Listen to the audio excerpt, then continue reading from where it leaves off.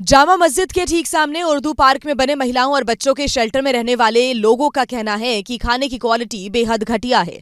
Sunday को खाना नहीं मिलता और साफ सफाई का हाल बुरा है। हालात ये हैं कि शेल्टर के कंबल सालों से गंदे पड़े हुए हैं और उनको ओढ़ने से बच्चों को बीमारियां हो रही हैं। इनको धोया जाता है रजाई गद्दे कंबल को यहाँ के? तो हमारा बिस्तर होता है वो तो हम धोते हैं। मैं जो ये यहाँ पे नहीं धुलता सरकार की तरफ से? हमें नहीं पता है। आपके सामने कुछ देखा आपने? नहीं धुलते हुए नहीं देखा मैंने। नहीं धुला है? नहीं कभी नहीं धुला आपके सामने? नहीं, कभी भी नहीं धुला है। आप कब से रह रहे हैं यहाँ पर? मैं यहाँ पे 9 साल से रह रही हूँ। 9 साल से आपने कभी कंबल धुलते हुए नहीं देखे यहाँ? नहीं देखा। अब जब नहीं देखा तभी तो कह रही हूँ, नहीं देखा। ऐसा नहीं है कि शेल्टर हाउस की चेकिंग नहीं होती, बाकायदा चेकिंग होती है, लेकिन डर की वजह से शेल्टर में रहने वाले लोग समस्याएं नहीं बता पाते। डर है कि अगर यहाँ से निकाल दिया गया तो वो कहाँ जाएंगे। हम लोग तो कुछ कहते नहीं उन्हें। क्योंकि अपनी समस्या बताओ। हम बोलते नहीं है इसीलिए कि हमें दिक्कत हो जाएगा, क्योंकि हम यहाँ काम करते हैं ना सफाई का, तो हमारे ऊपर बात उठेगी, ये बात है, इसीलिए हम कुछ कहते नहीं है।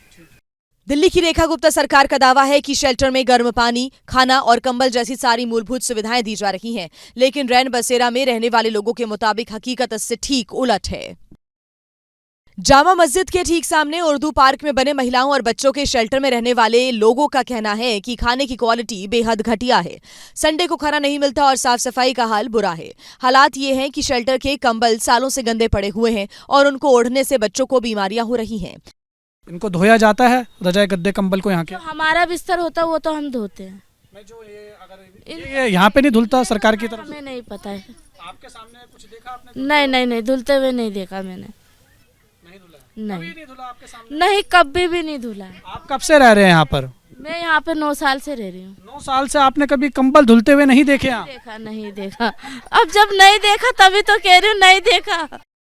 ऐसा नहीं है कि शेल्टर हाउस की चेकिंग नहीं होती, बाकायदा चेकिंग होती है, लेकिन डर की वजह से शेल्टर में रहने वाले लोग समस्याएं नहीं बता पाते। डर है कि अगर यहाँ से निकाल दिया गया तो वो कहाँ जाएंगे। हम लोग तो कुछ कहते नहीं उन्हें। क्योंकि अपनी समस्या बताओ। हम बोलते नहीं है इसीलिए कि हमें दिक्कत हो जाएगा, क्योंकि हम यहाँ काम करते हैं ना सफाई का, तो हमारे ऊपर बात उठेगी, ये बात है, इसीलिए हम कुछ कहते नहीं है।